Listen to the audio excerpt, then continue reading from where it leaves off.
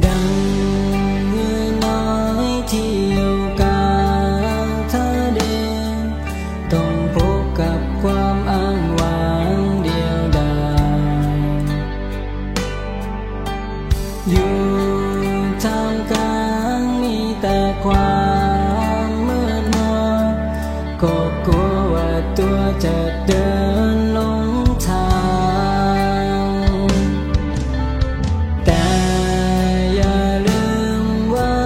เฮามีพระองค์เป็นความหวังยิ่งใหญ่เพียงแต่เฮาร่วมมือและเข้าใจมีความหักสามัคคีในกลุ่มนี้เฮาทุกคนคือกลุ่มเยาวชนกลุ่มที่พร้อมเดินตามทางพระองค์จงมั่นใจและบ่หวั่นไหวเฮาจับมือสู้มันต่อไปบ่หวั่นไหวใจที่เคยอ่อนแอบ่ท้อแท้แม้จะเดินหลงทาง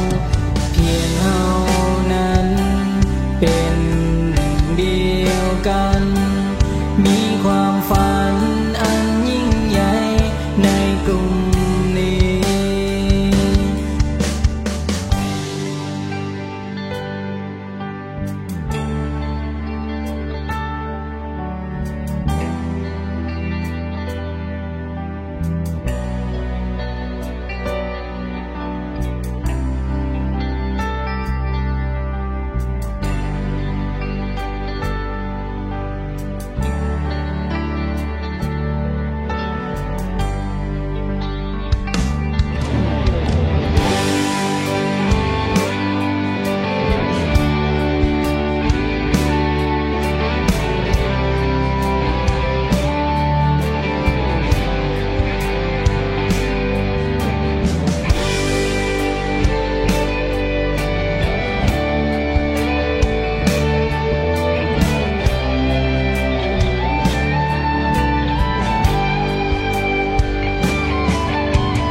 ดัง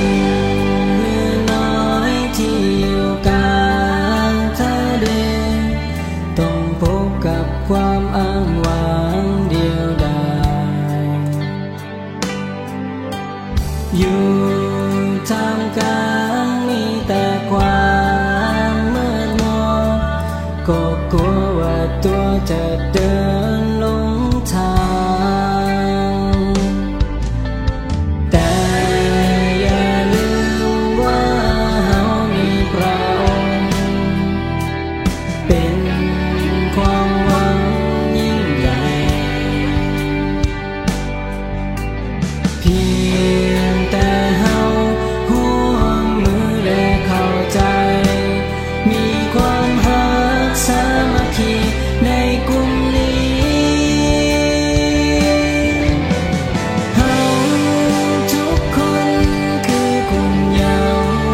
วชน